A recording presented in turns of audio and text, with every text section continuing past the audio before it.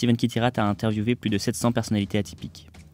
Depuis 2016, il s'est donné une mission, mettre en lumière des parcours inspirants. Ce n'est pas son métier, mais Steven a tout d'un professionnel.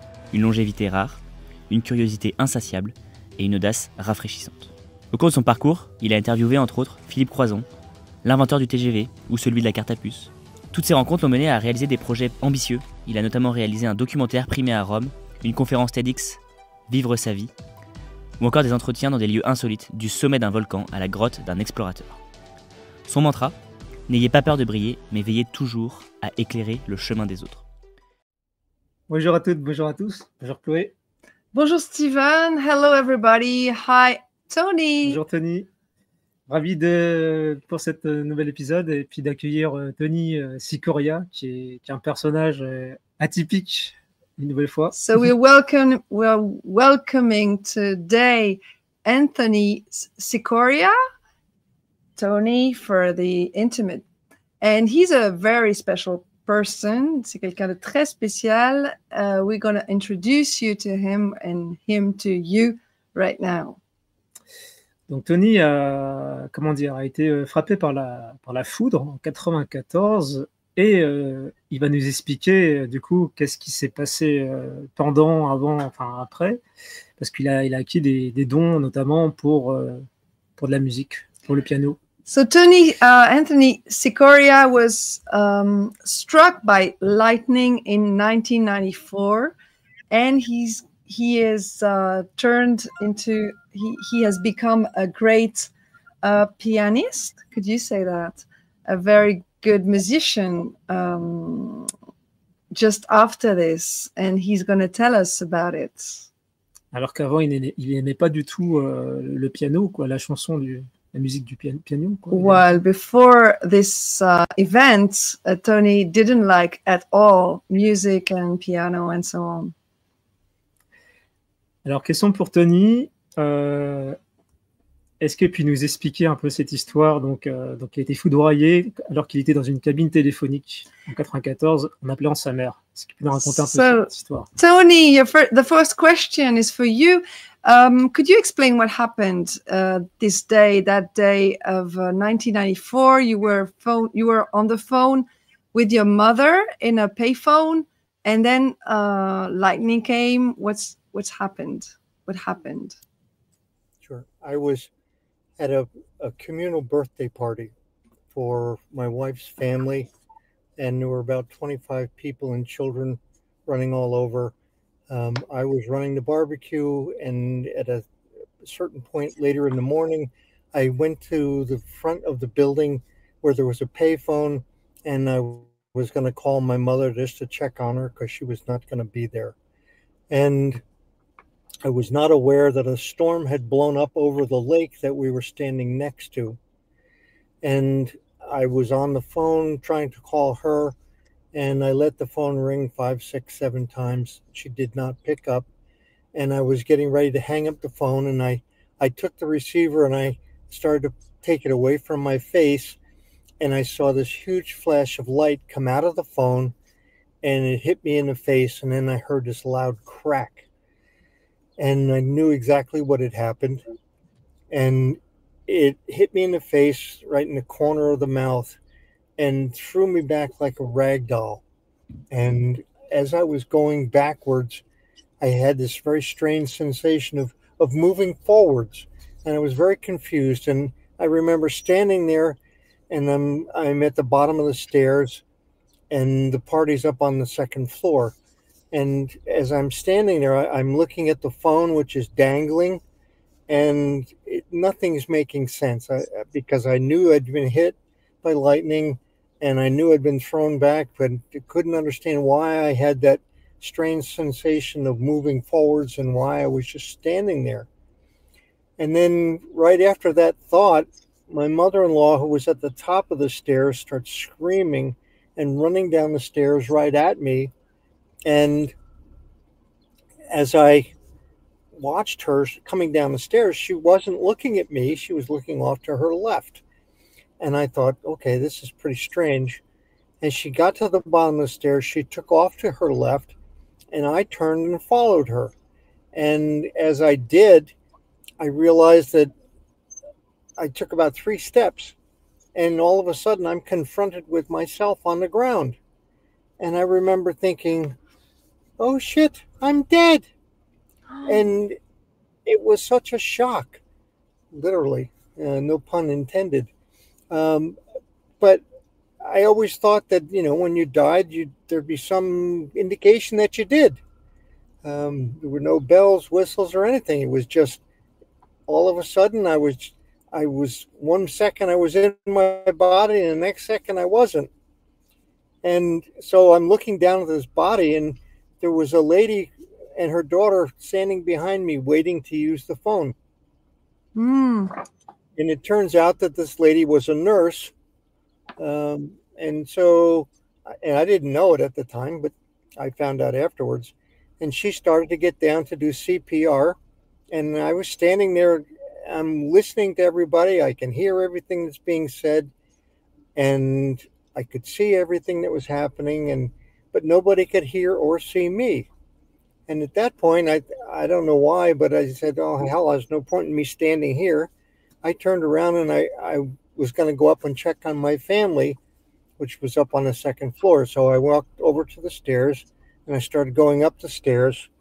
By the time I got to the 3rd step, as I'm looking down at the stairs, when I walk, I see that my legs start to dissolve. And by the time I got to the top of the stairs, I didn't have any form. I was just a ball of energy. And at that point,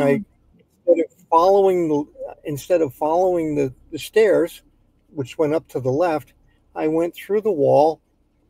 And when I came out on the other side, I came out right above where my wife was sitting painting children's faces.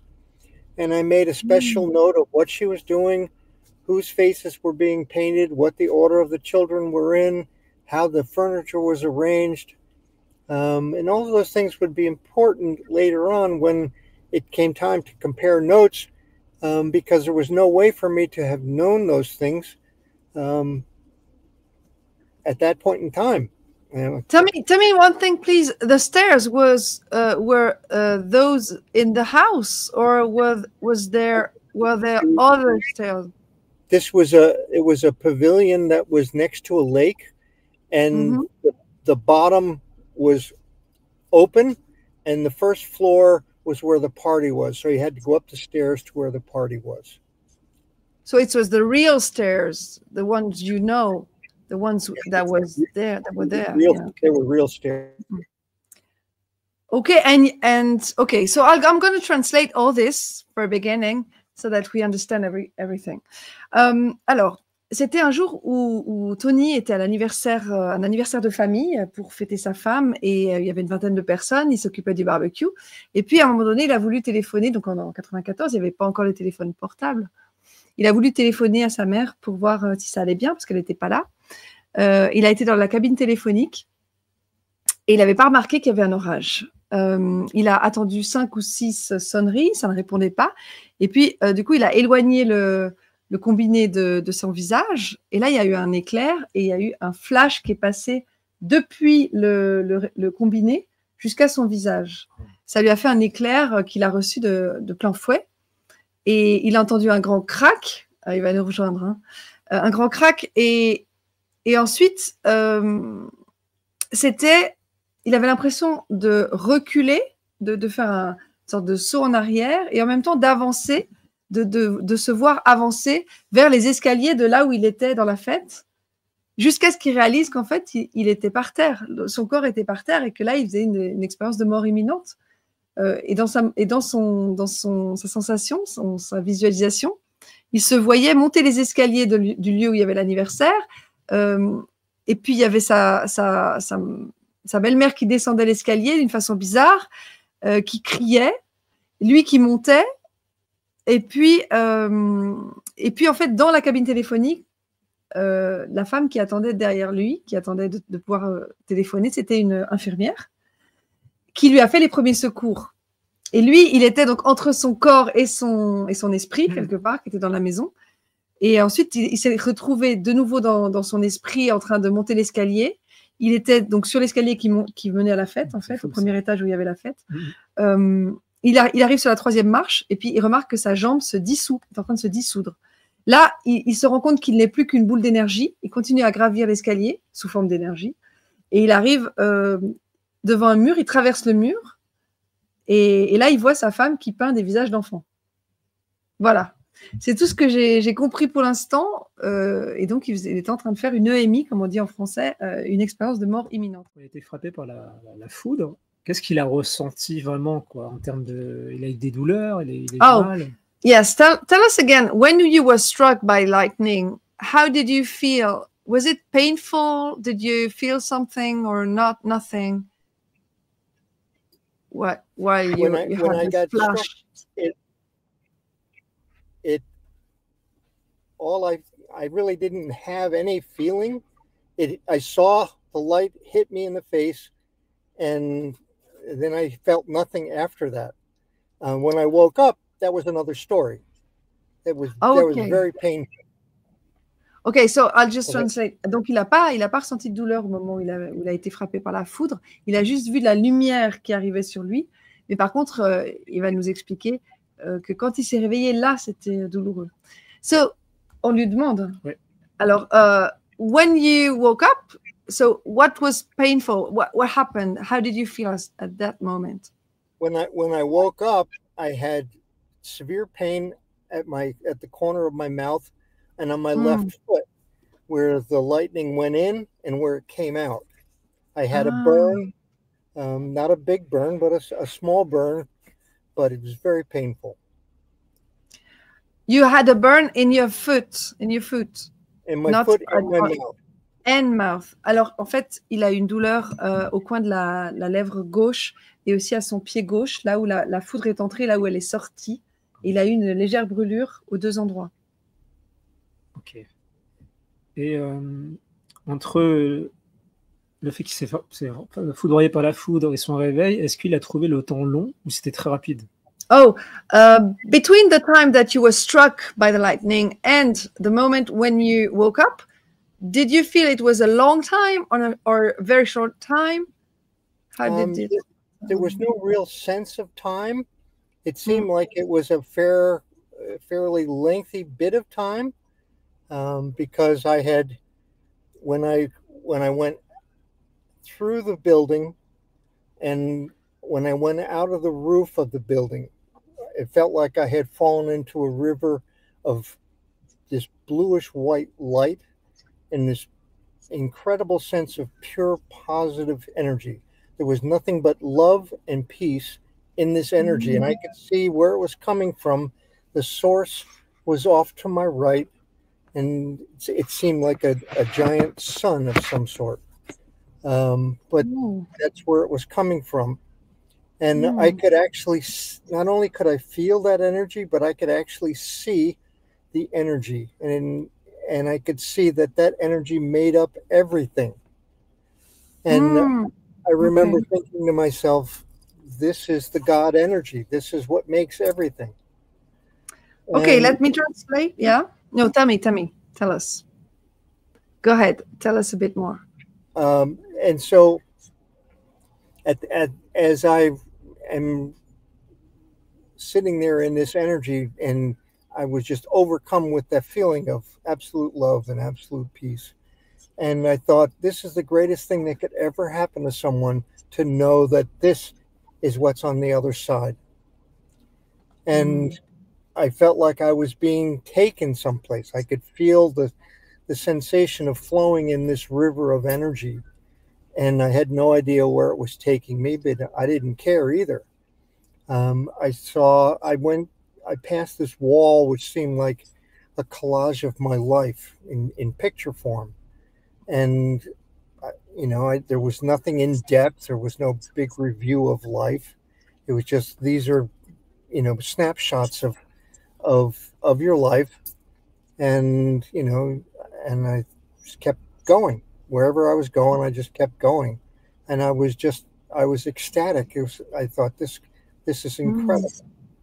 And all of a sudden, it was like somebody flipped a switch, and I was back in my body. And I remember, screaming in my head, please, no, don't make me do this. I don't want to go back. But you know, the realization came to me, it's not my choice, and I'm here to stay. So the nurse who was doing the CPR had stopped, and she was kneeling next to me, but I was still unconscious, and it seemed like it took a number of minutes before I was able to wake up. And when I finally opened my eyes, I looked at her, and instead of saying thank you for saving my life, what came out was, I'm sorry, I don't know how to turn that stupid thing off. I said to her, it's okay, I'm a doctor. And she just laughed and said, you weren't a minute ago. And I was like, oh God, I'm going to shut up because nothing is coming out that makes any sense. And so, you know, the ambulance came and the police came. And at that point, you know, I realized I'm alive. There's no point in going to the hospital because I know what it's going to be like to sit there for 4 hours to wait to be seen. And I said, no, I'm not going. Just take me home and let me go to see my regular doctor. I'll call him right now. And so I called my doctors, and there's two of them, my neurologist and my cardiologist, and told them what had happened. They told me to come right to their offices. So I did that. And, you know, everybody said the same thing. Well, you know, you're lucky to be alive. And, you know, I don't think it's going to make any difference what tests you have. You know, they did do a brain scan and did do a cardiogram, and everything looked okay. So off I went. And it took about a week before I could go back to work. And during that period of time, my brain was very fuzzy, and I had trouble remembering people's names and the names of diseases. I could tell you all about them, but damn if I could remember the name. And so I don't know what that was all about, but it took about a week, and then that was gone. And I thought, okay, this is really kind of crazy, but what was the point of all of this? And then right after that, I started having this insatiable desire to hear classical piano music, which was a big departure for me because I was a kid of the 60s and there was rock and roll. There really wasn't much of anything else. But now all I could think about was hearing classical piano. And so I tried to discount it at first, but it wouldn't stop. So I went to a store. Let me just translate until this because it's such a big part. And then you'll go on. Alors, la question au départ, c'était combien de temps s'est écoulé et est-ce qu'il a eu l'impression que ça a passé longtemps? Alors, il n'avait pas de sensation, en fait, de ce qui se passait. Mais par contre, il se sentait attiré par, emmené dans une espèce de rivière d'énergie avec une sensation de paix et d'amour inconditionnel. Et il se disait que ça, c'était l'énergie de Dieu, l'énergie créatrice, celle qui était à la source de tout. Et qu'il avait très envie d'y rester. Ça, c'est ce qu'on entend souvent, d'ailleurs, les personnes qui ont fait des expériences comme ça de mort imminente. Et que c'était la meilleure chose qui puisse arriver aux hommes et aux femmes, enfin aux humains, c'était d'être dans cette sensation-là et de voir la source de notre vie, en fait, de tout voir. Il était, comme il disait, extatique. Et puis, tout d'un coup, il y a eu un claquement de doigts. En un claquement de doigts, il y a eu ce réveil avec cette infirmière qui lui faisait de la réanimation, des premiers secours. Et au lieu de lui dire merci, parce qu'il n'avait pas vraiment cette sensation d'être content de revenir, il lui a dit, je suis un médecin. Il ne voulait pas aller à l'hôpital. Il a dit à l'infirmière, ramenez-moi à la maison. Il a appelé ses médecins, il a appelé son cardiologue et son radiologue qui lui ont dit, qui lui ont fait un scan et un électrocardiogramme et ça allait plus ou moins, qu'il a eu de la chance de s'en être sorti, d'être vivant et il a mis une semaine pour récupérer son son acuité mentale, disons. Il avait un problème de mémoire. Il a eu un problème de mémoire et de concentration. Il n'arrivait plus à vraiment se concentrer. C'était un petit peu brouillardeux dans sa tête. Et ensuite, quand il a récupéré ses esprits, il a eu une sorte d'attirance forte pour le piano classique. Alors qu'il n'était pas du tout, on l'a dit au début, attiré par ce genre de musique. Il était plutôt vers les Rolling Stones, etc. Mais pas le piano, pas le classique, et encore moins le piano. So, yes. Now, you want to answer the phone or no?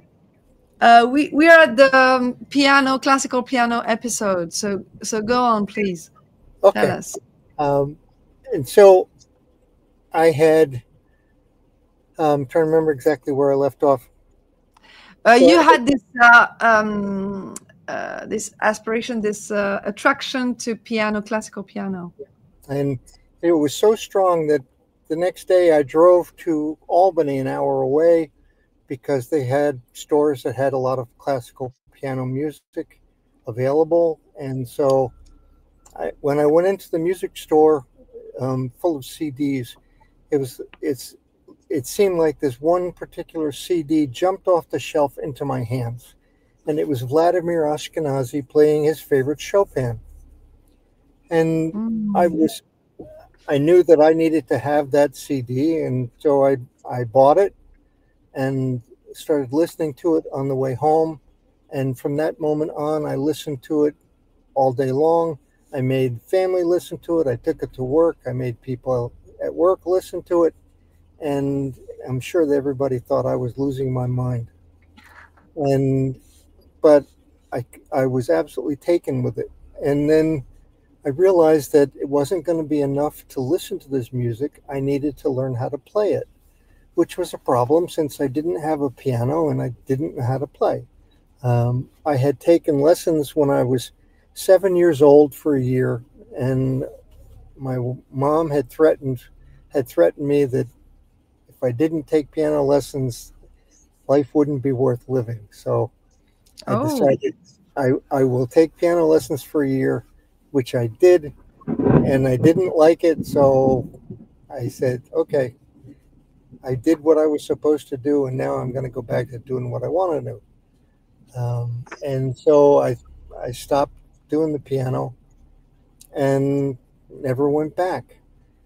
So I didn't really know how to play, and I thought, okay, well, I don't have a piano. I don't know how to play. This is going to be a difficult journey. And the next day, one of our babysitters came in and said, I'm moving, but I have this old upright piano that I love. Can I store it at your house for a year? And I said, whoa, this is pretty crazy. So now all of a sudden there's a piano in the house. And I thought, well, I need to go get some books to teach myself how to play. So I did that. But I also bought the sheet music for everything on that disc, which was absurd because I didn't know how to play and I didn't know how to read the music.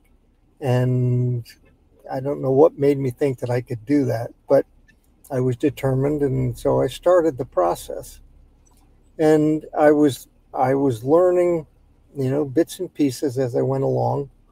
And one day my daughter's friend Jackie was over. Her mom is an accomplished violinist. She's classically trained, and she came walking through the house and she says, what in the world are you doing? She could tell I was absolutely destroying this piece of music.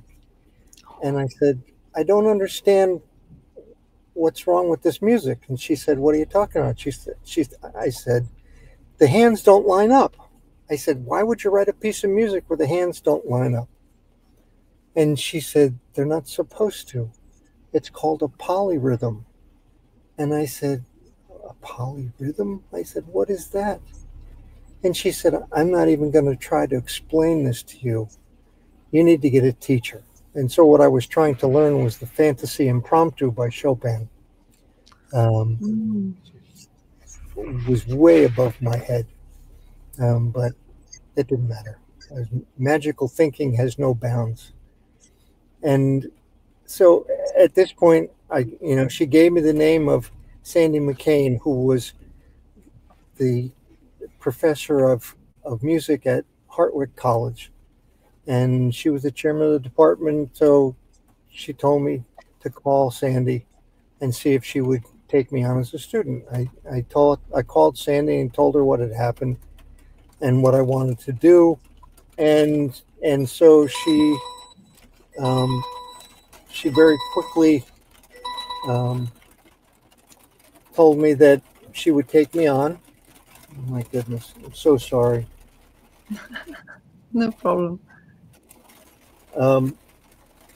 I told her that what the story was, and she took me on as a student, and she said, I'll take you on under one condition. You don't try to play any of this music till I tell you that you can. I said, okay, fine. I hope the rain is not interrupting your... No problem. It's sound. adding some noise, and it's nice. It's a natural noise. No problem. Well, it's certainly it's interesting that it's a thunder and lightning storm on top of everything else. Maybe there's gonna be thunder. So, maybe there's gonna be lightnings and thunder. I just read them. And so I started doing lessons with her, and we met every day. Not every day. We met twice a week at 5 o'clock in the morning, because that was the only time that she had available. And so we started the process.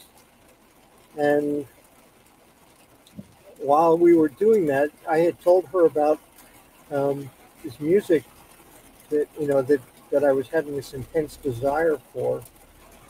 And then a strange thing happened.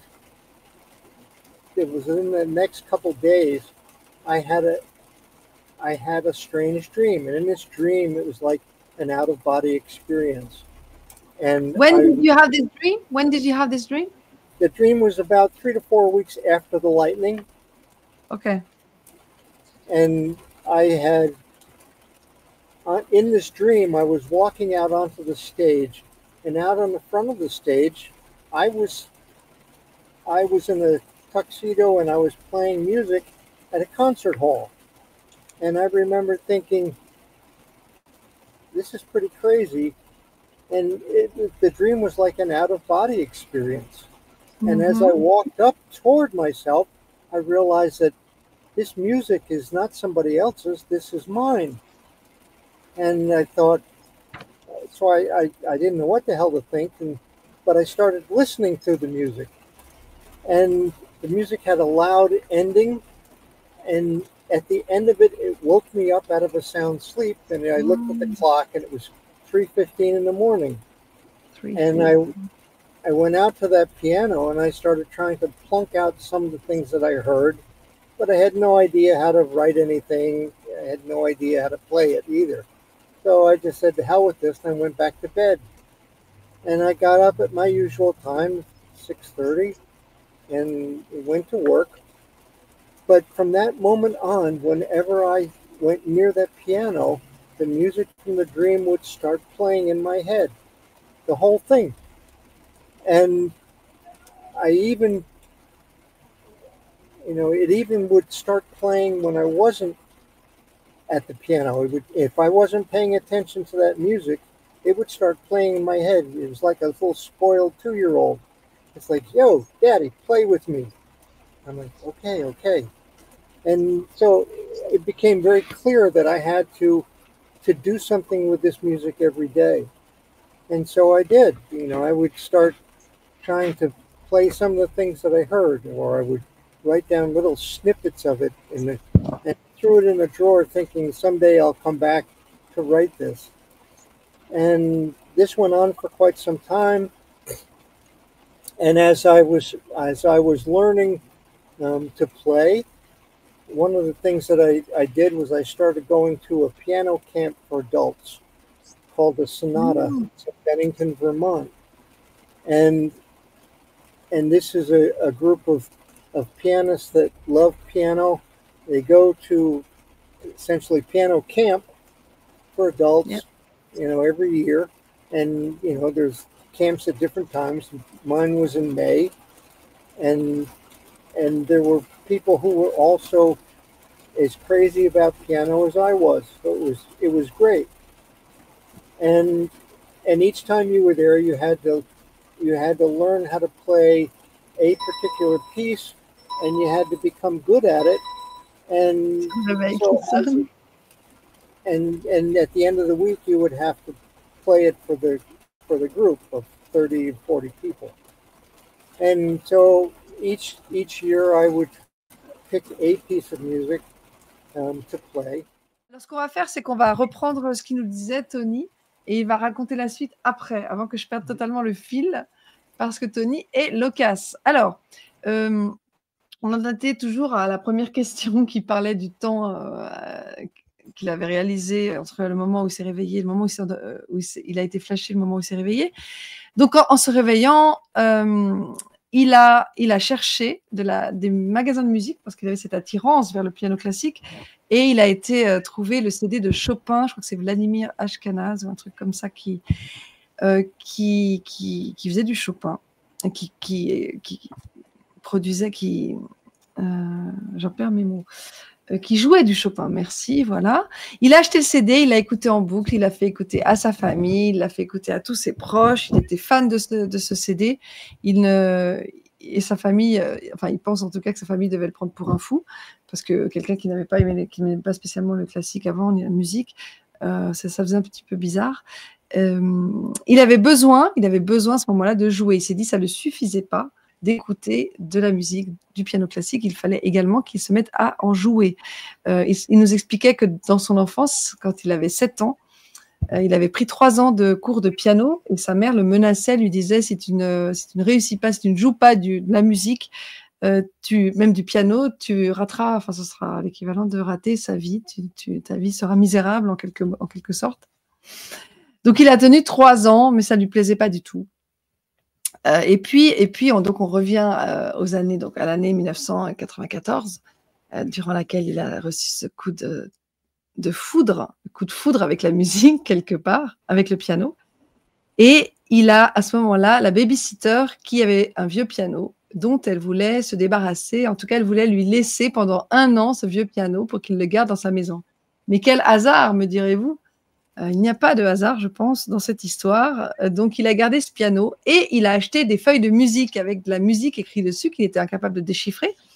Mais il les a quand même achetées, voulant en faire quelque chose. Et à ce moment-là, sa fille avait une amie qui lui a parlé d'un prof de musique parce qu'il a essayé de faire, de faire la leçon à la copine de sa fille sur un morceau de Chopin. Et en fait, ça ne correspondait pas du tout au morceau qui était censé être joué.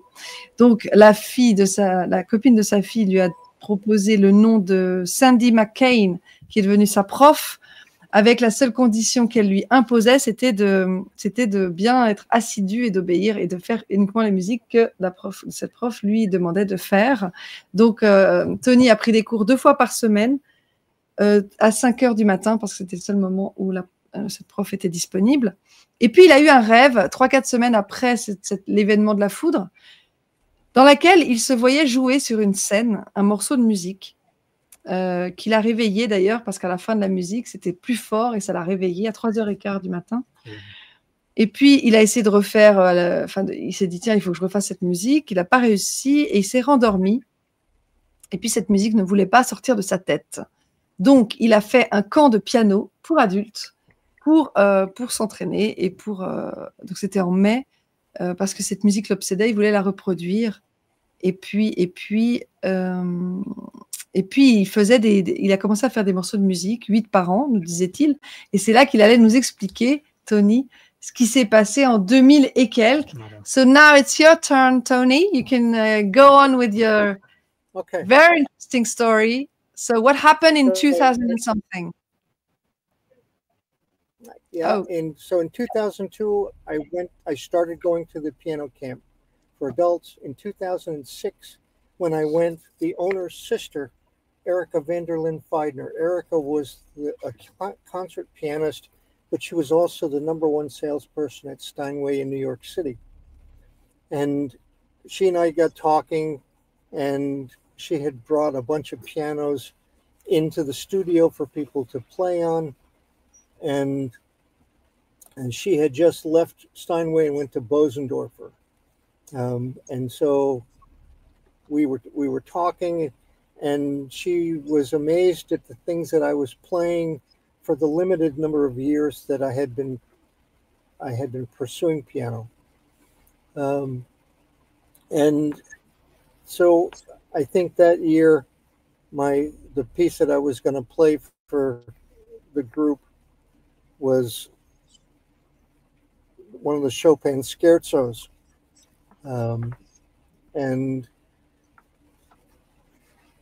And we got talking about the music, and I told her about the music from The Dream that just was constantly in my head. And she said, you know, there's only one person that can tell this story, and that's Oliver Sacks. At the time, I didn't know Oliver other than the fact that he wrote the book Awakenings, but he was one of the preeminent neurologists in New York City and was a fantastic author and had a huge following. And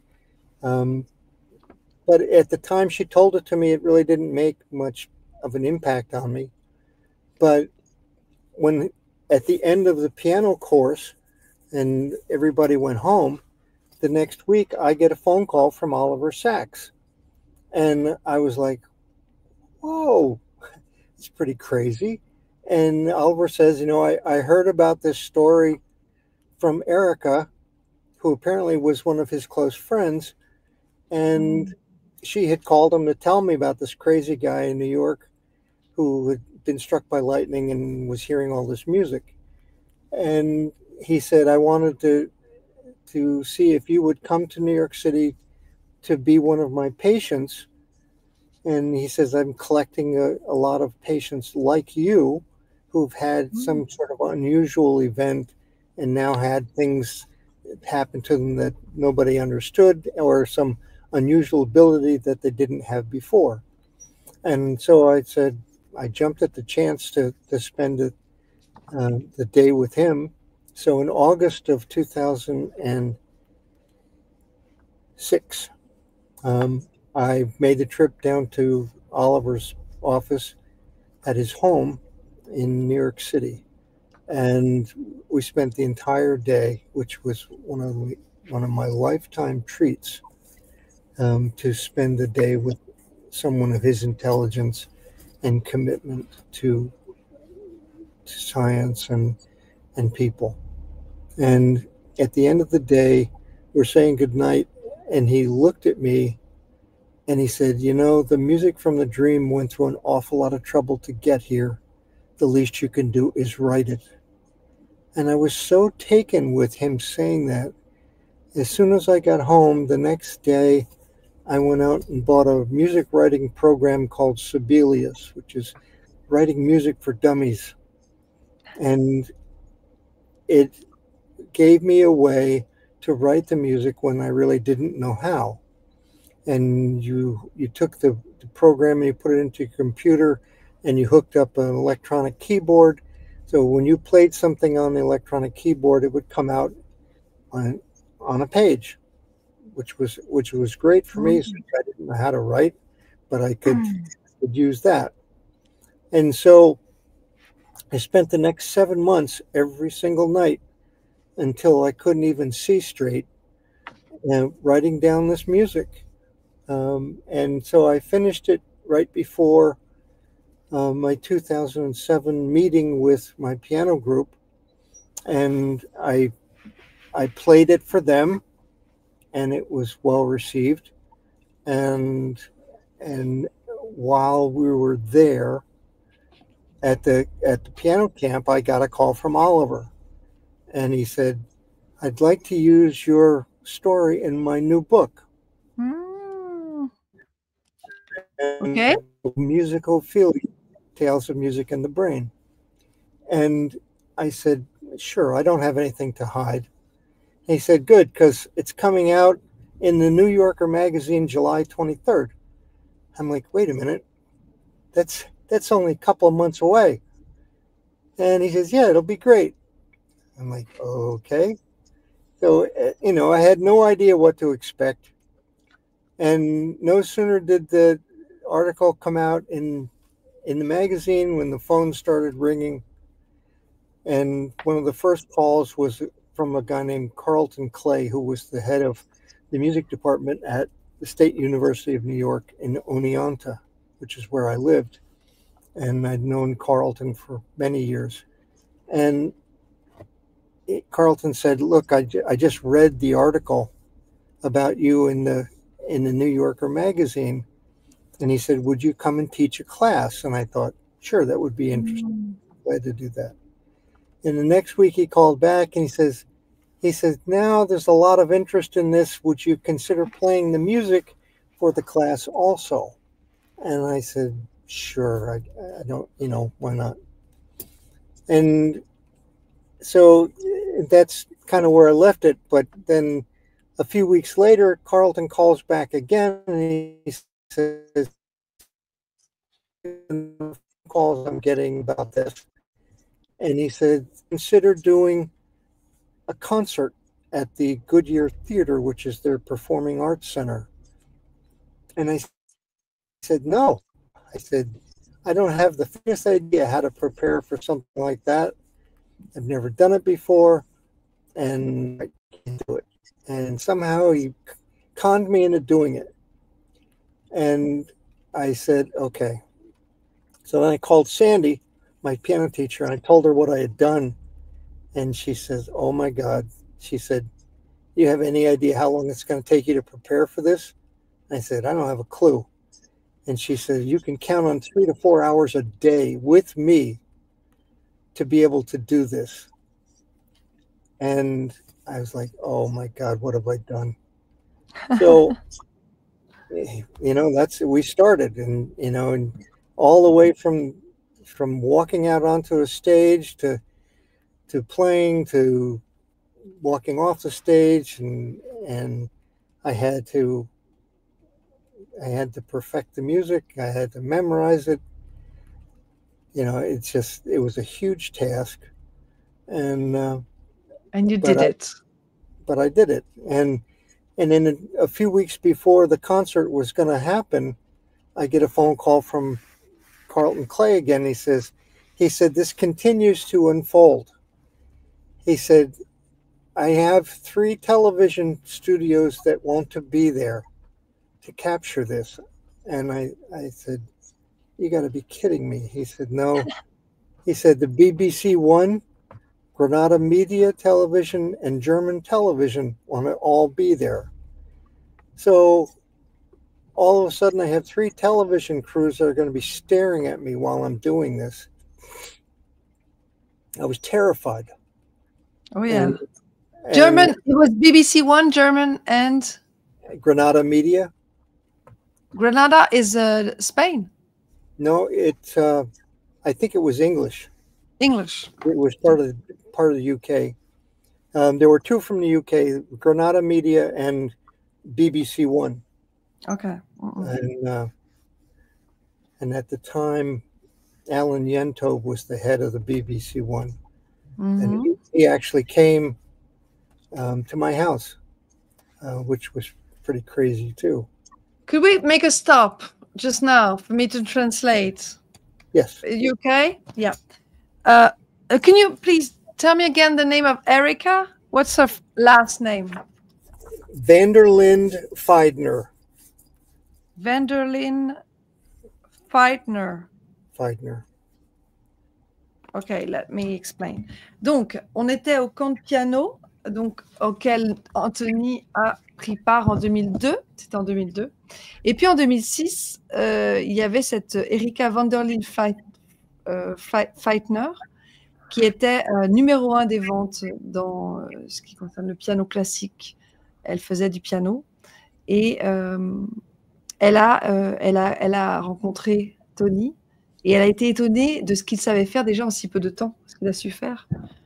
Tony lui a raconté cette histoire de rêve dans lequel il avait créé cette musique, joué cette musique, et elle a dit, je vais te faire rencontrer, enfin elle a pensé à Oliver Sacks, qui est auteur du livre Awakenings, donc Réveil. À la fin du cours de piano, une semaine plus tard, Tony reçoit un coup de téléphone d'Oliver Sacks, qui lui dit que Erika lui a parlé de lui et qu'il veut connaître cet étrange personnage qui a reçu un coup de foudre et qui ensuite est devenu fan de piano classique. Ils ont eu une journée ensemble. Ils ont passé une journée d'août 2006, tous les deux ensemble, dans laquelle Tony était extatique, très enchanté de passer cette journée avec quelqu'un de si intelligent, de si engagé, qui lui a consacré donc sa journée. Ensuite, il lui a conseillé d'acheter un piano électronique qui permet de retranscrire les notes de musique. Une fois qu'on joue, ça lui fait sa partition avec un logiciel qui s'appelle Sibilla. Et c'est ce qu'il a fait, donc Tony, pour retranscrire sa musique, la musique du rêve. Il a mis 7 mois pour écrire ces 15 minutes à peu près de musique de ce rêve, rappelez-vous, qu'il avait fait.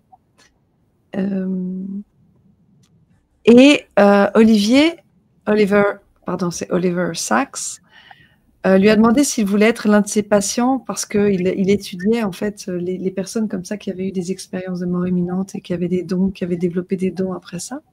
Et il a parlé de Tony dans un article du New Yorker Magazine en juillet 2006. Non, 2000. Je sais plus si c'est 2007. Non, c'était pour un numéro de juillet 2007, je crois, le 23 juillet 2007. Et Tony a été un peu impressionné parce qu'il s'est dit, moi, je peux pas tout de suite dire oui avec tout ce qui s'est passé. Est-ce que je suis d'accord, etc. Il a quand même dit oui. Et puis juste après la parution de cet article, le téléphone a sonné avec Carlton Clay, qui est au département musical de l'État de New York, qui a demandé à Tony de devenir prof, d'enseigner la musique pour l'État, et même de jouer sa musique devant sa classe. Et puis plus tard, donc il a dit OK. Carlton a proposé un concert, donc que Tony donne un concert, avec notamment cette musique qu'il avait créée, avec ce rêve. Incroyable. Il y a 3 télévisions qui ont voulu être de la partie, donc Tony n'en revenait pas. La BBC One, la Granada, c'est 2 télévisions anglaises, et une télévision allemande qui voulait être là. Et donc ce concert a eu lieu en 2007.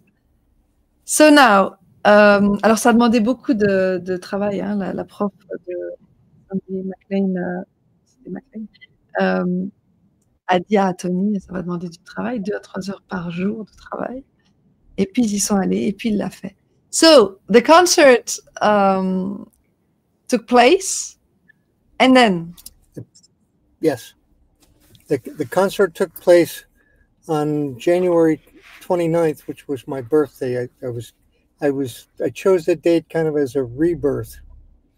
In 2008, and I managed to get through the concert without any huge problems, and I did 2 shows. I did one on the 28th and rather on the 29th and one on the 30th. They were both sold out and standing room only. It was quite the show, and so I was amazed at how it was received. And, how long did they last? The shows or the show? They were about 2 hours, because I would talk at the beginning of the show and to give people a sense of where the music came from and how it was born. Mm-hmm. and then I would give the music. And one of the pieces of music that I played was they were all dedicated to different things. The first one, which was affectionately called the Lightning Sonata, but it was actually a musical form. It's a fantasy. So that was, I called that the Fantasy Opus 1, the Lightning Sonata. And the second piece of music, go ahead. Yes, the Lightning Sonata, was it the music you heard in your dream, or was it longer than that? No, that's it, every bit of it. There's 3 movements in one piece. Okay. Let me translate. Alors, ce concert, il a eu lieu le jour de son anniversaire, le 29 janvier 2008. Il a donné un deuxième concert le 30 janvier. Les 2 étaient complets. Et ça a été un show extraordinaire, c'est ce qu'il nous dit, quite a show, qui a duré 2 heures, dans lequel il expliquait au début tout l'historique, ce qu'il vient nous expliquer ici, d'où était venu ce don et ce goût et cette passion pour le piano classique. Et d'où était venu également le morceau, le fameux morceau de piano qu'il avait eu dans son rêve et qui s'est appelé la sonate de la foudre. Donc, Lightning Sonata. Voilà. Do you have a question? Ouais, Another question? Une dernière question. Du coup, aujourd'hui, est-ce qu'il regrette que l'infirmière l'a réveillé? Oh. Et qu'est-ce qu'il a appris du coup de toute cette expérience? So 2 questions in one. Now, do you regret, or do you have a kind of regret towards the nurse who woke you up? And what did you learn from all this? I have no regrets for having been woken up, because I realized that I was put here for a reason. And it wasn't my business to know exactly what the reason was, but it was pretty clear that this was well orchestrated. And, you know, the way I looked at it was I got hit with a bolt of lightning, which is normally millions of volts and is enough to turn you into a French fry. And the only way for that lightning to not do that is to strike a building and lose some of its energy. So it was well calculated that by the time it got to me, there would only be enough to stop my heart, maybe cause a couple of burns, but didn't do any irreparable damage. And I remember thinking, that's pretty crazy that you could arrange to do something like that. And then just as a backup, have a nurse standing right behind me so that if I got too much, she could restart the whole process, which she did. And so, you know, it was very clear to me that this was not a random act. There was something very directed about it. Mm-hmm. And this music needed to be born. And I had no idea what the music did or what it could stimulate. But whenever I gave a concert, people would come up to me afterwards and talk about visions that they were having or strange feelings. It was always amazing. I even had a bunch of people ask if they could lie down underneath the piano so they could feel the vibration while it was being played. And so I've often wondered, you know, what's in the music that I don't understand or anyone else understands? You know, is there some way that it activates, you know, something in the DNA in your brain to improve the consciousness, or who knows what? But okay, very, very interesting. Alors, je vais vous traduire ce qu'il vient de dire Tony. Donc, aucun regret d'avoir été réveillé. Il se dit qu'il a été mis là pour une raison, que ce qui lui est arrivé n'est pas un hasard. C'est ce qu'on disait au début, que normalement, la foudre, elle vous transforme en frites. Il a dit French fries. Et que là, eh bien, au contraire, ça l'avait transformé en pianiste et ça l'avait incité à créer ce son, cette sonate de la foudre, qui s'est révélée être comme une musique thérapeutique ou d'ouverture de conscience, parce qu'il a constaté que les gens venaient vers lui en lui demandant de s'allonger en dessous du piano quand il joue ça, parce que ça leur faisait une certaine sensation, ça leur faisait du bien. Donc, il ne sait pas exactement à quoi servait cette musique qu'il a créée et qui lui a été insufflée pendant son rêve, mais il pense qu'elle a des vertus d'un autre ordre, pour soit éveiller la conscience, soit guérir, soit on ne sait pas exactement. En tout cas, les gens le ressentent et sentent une certaine vibration avec cette musique. Ouais. Bon, en tout cas, merci beaucoup Tony pour ce moment. Et, quelle est sa prochaine aventure? Est-ce qu'il a il a un but? Est-ce qu'il a des objectifs? One last question. Was it, do you have another aim, goal to achieve now? What's next in your adventures? That I've got a number of things that are still ongoing. I have other music that I have received, similar to the first. I didn't hear it. Into my head. I said that I've had a number of other pieces of music that have come in a similar way and downloaded into my head. And I also am in the process of writing a book about this whole experience and what it meant and how it ties in to how we got here, what we're doing here, and where we're going afterwards. And so I'm about halfway through that book, and I think that it's going to be an important part of this whole process for me. And I truly believe that it's one of the reasons I was brought back here was to write this. Ok, alors Tony, il a plusieurs projets, notamment d'autres musiques qui sont venues dans sa tête, un peu comme le rêve de la Lightning Sonata.